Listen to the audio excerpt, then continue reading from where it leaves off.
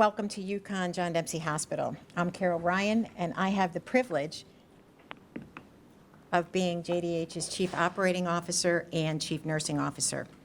I'd like to welcome our distinguished guests today to UConn Health, especially the Connecticut Department of Public Health Commissioner, Dr. Manisha Jathani, her DPH colleagues, the Connecticut Hospital Association leaders, as well as our local legislatures.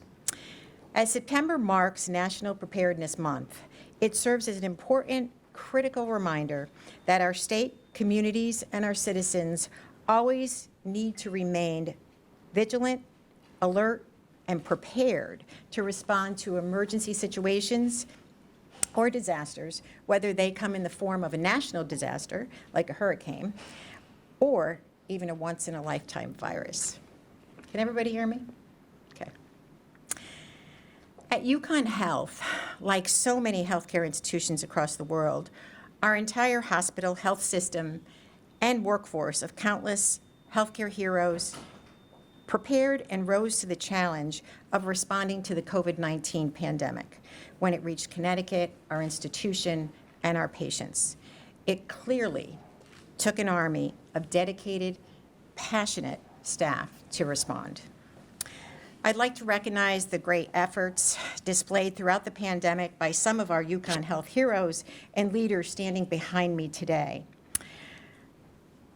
Ann Horbituk, our COO, Chief Operating Officer of University Medical Group and VP of Ambulatory Operations, and Dennis Lafreniere, our Medical Director of UMG, I don't believe is here yet, or is Scott Allen, our CMO, both very instrumental to our pandemic initiatives. We also have Eric Kruger, who is our VP of Facilities Operations and Development, which was instrumental every day as we changed biocontainment from one floor to the other. We have our infection control leaders, Dr. David Bannock, and also Nancy DuPont, who really led our crusade and telling us, when we had a mask, when we had to test. We also have our Chief Pharmacy Officer here, Kevin Chamberlain, who also, helped us with a tremendous amount, particularly within the COVID vaccines. So to everyone here, a tremendous appreciation. The frontline staff, who we have some here today, managers, directors, leadership, and frontline staff met every day during surges. All of our support teams were intact, and we really could not have done it without all of us standing up. And again, instrumental in our response was really the great leadership and partnership and ongoing collaboration that we have with the Department of Public Health along with the Connecticut Hospital Association. On behalf of UConn Health, we thank you for your all-hands-on-deck approach, no matter the crisis. You led us through emergency management forums, surges, trainings, education, ensuring that we were all equipped with the best practices and preparedness we needed to rise to the next healthcare challenge or future public health emergency. UConn Health and its workforce are standing by prepared and ready to respond. It is now my honor to introduce our esteemed leader within the Connecticut Department of Public Health, DPH Commissioner, Manisha Jathani. Dr. Jathani.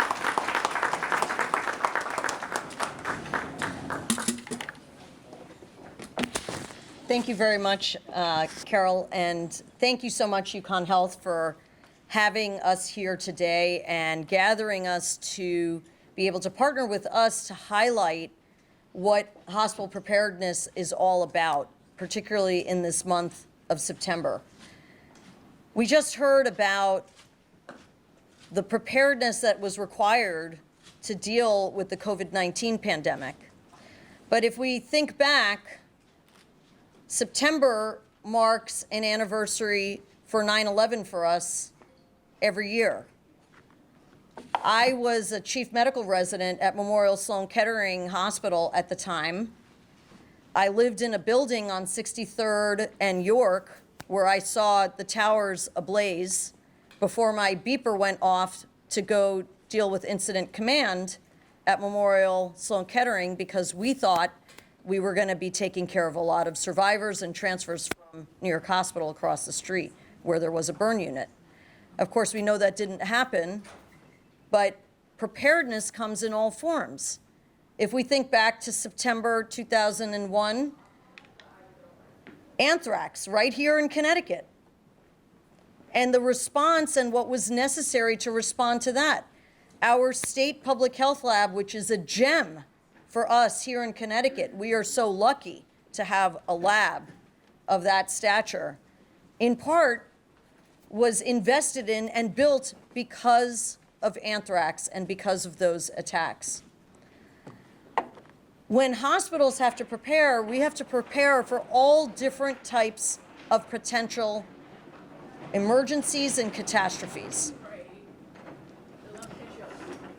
You've heard about some of them. They could be infectious, like COVID or anthrax. They could be calamities in Mother Nature, something like a hurricane. There could be a white powder incident, chemical incident. We never know what could be around the corner, and hospitals are at the forefront at having to prepare for anything that could be coming around the corner. We're fortunate that we get funding, that we are able to then fund the Connecticut Healthcare Coalition to be able to help coordinate not just hospitals, but public health, local health, emergency preparedness, EMS. It is a partnership across government, across the healthcare system, that enables us to do that. And our partnership with academic institutions, healthcare institutions like UConn, the state, and the Connecticut Hospital Association, which proves to be a very important partnership and collaboration of all our hospitals to be able to really orchestrate a response when it is needed. So with that, I want to just take a moment to thank all of you, because without this partnership, we would not be able to be responsive when we need to be. And I'd like to now call up Brian Cournoyer, who's Director of Government Relations for the Connecticut Hospital Association.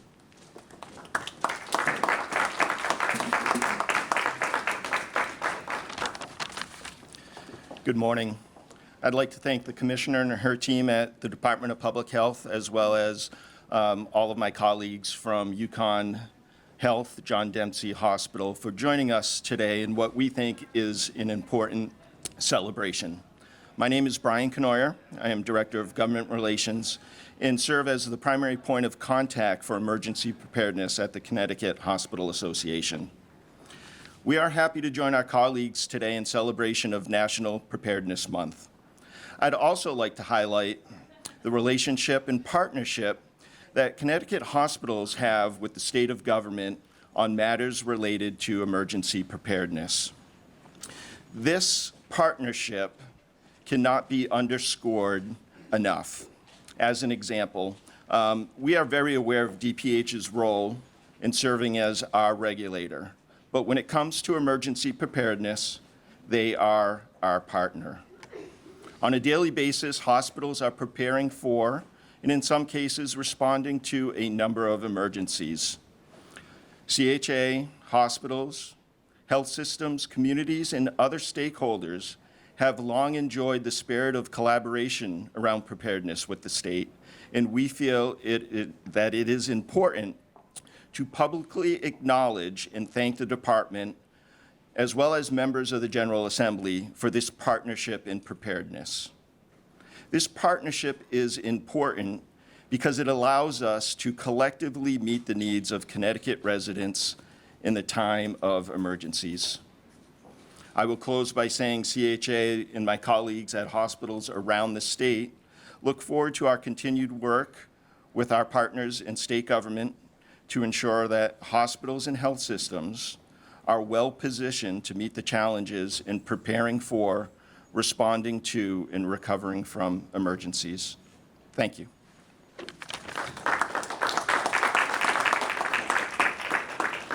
Thank you so much for your comments, Brian. I'd like to now invite up Bill Shea, who is Director of the Office of Emergency Management for University Safety for UConn.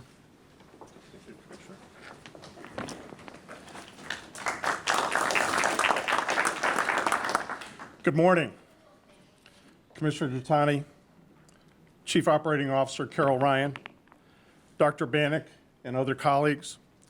Ladies and gentlemen, thank you for allowing me to spend a few minutes with you this morning as we mark National Preparedness Month. I'm Bill Shea, the Director of the Office of Emergency Management within the Division of University Safety for UConn. I'm also here today with my colleague James Brown, Emergency Planning and Preparedness for UConn Health. Slightly over 4 years ago, we faced one of the biggest challenges of our lifetime, the COVID-19 pandemic. Collectively, our response was immediate and direct. Unlike other threats and hazards, such as weather-related events, the response and recovery from COVID-19 was durational. We came together as an army, as a team and teams of teams to address the hazard. Our response was based on existing relationships, experience, and training. As we address the challenges in front of us, we develop new approaches and ways to get the mission done. A few examples include using our surge plan and adapting it to address our rapidly surge capacity needs. Setting up and staffing COVID-19 testing sites and vaccination sites in parking garages. Taking our logisticians, our experts in supply management, to their maximum effort and ability to track and obtain critically needed supplies such as PPE, as well as hundreds of items needed on a daily basis to address the pandemic. Everyone came together, focused, and addressed the task to meet the mission requirements. We cannot plan for and train for every possible threat or hazard. As such, we use an all-hazards approach to our planning and response efforts, which gives us the greatest chance of providing a successful outcome. We continually develop internal relationships via training and exercises. I regularly say the worst time to exchange business cards is in the fight of the storm. The emergency management team that I work with will tell you that I say that all the time. Here at UConn, we are unique and fortunate to have an integrated division of university safety, supporting UConn Health. This includes a police department, a fire department, emergency telecommunications, better known as our dispatch center, a fire marshal unit, and our Office of Emergency Management. All work closely with the leadership and the entire enterprise to support UConn Health. We have been able to utilize assets from across the university to support UConn Health. During the COVID-19 pandemic, we were able to cross-level from the Storrs campus, PPE supplies, and beds to support the surge needs at UConn Health and John Dempsey Hospital. In addition to our internal partners within UConn Health and UConn, we work closely with the Department of Public Health and specifically their Public Health Preparedness and Response Team. Francesca Provenzano is with us and Bill Garish, and Commissioner, they are absolutely great to work with. We also work closely with the DESP Division of Emergency Management and Homeland Security to address the needs and resources needed for UConn and UConn Health.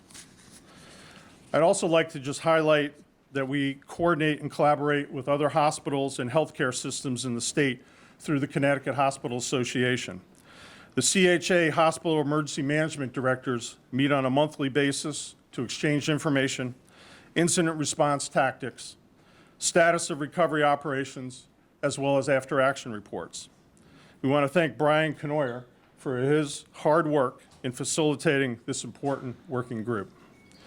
Again, thank you for allowing me to spend a few minutes with you this morning.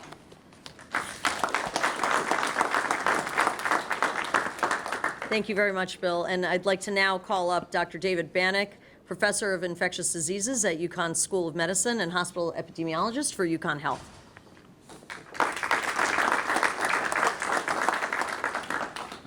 Thank you, Dr. Gittani, and it's a pleasure to speak with all of you about this important topic.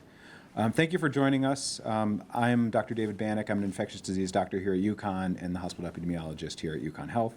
Today I'll speak briefly on the critical importance of emergency preparedness for our hospitals, especially in the face of emerging infectious diseases and other public health threats.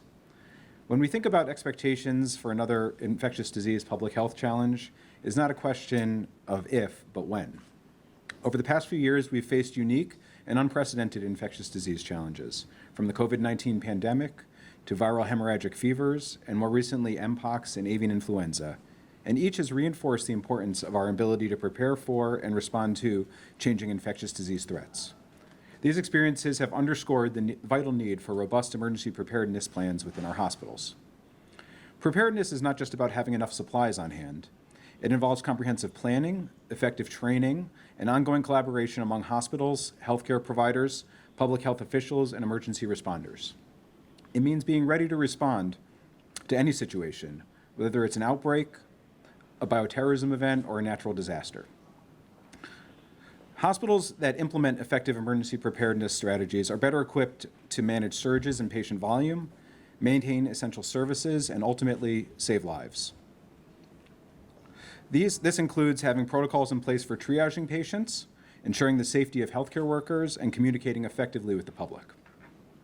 Here in Connecticut, our hospitals are fortunate to have strong relationships with each other, and this is underscored by collaboration through the Connecticut Hospital Association and the Connecticut Department of Public Health.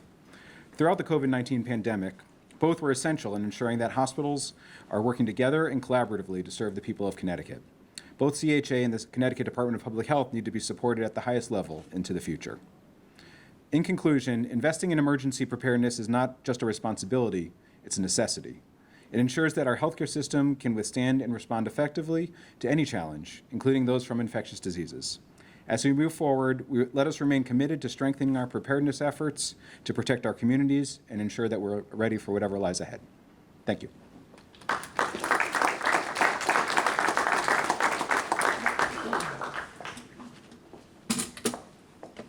Thank you very much, Dr. Bannock. I think the residents of Connecticut should feel rest assured that all these leaders and many others in our hospitals throughout our state take this month to reflect, but take every day to plan in the event of a disaster so that residents of Connecticut can be taken care of. But one thing that we all can do is think about our own plans. If there's a hurricane, if there's a disaster, do you have a plan for your family? Do you have a personal plan? Do you have a family plan? We have resources on our website. FEMA has resources. Take a moment to actually think about what would you do if there was a disaster that were to strike. We have a hurricane barreling up the coast. What would you do? What would your kids do? What would your family do? It's a moment to be able to think about our personal plans and our family plans, but I do appreciate everybody here to help residents of Connecticut know that our hospitals are ready. So with that, we'll conclude and take any on-topic questions that there may be. Any questions? Okay, thank you very much, everybody.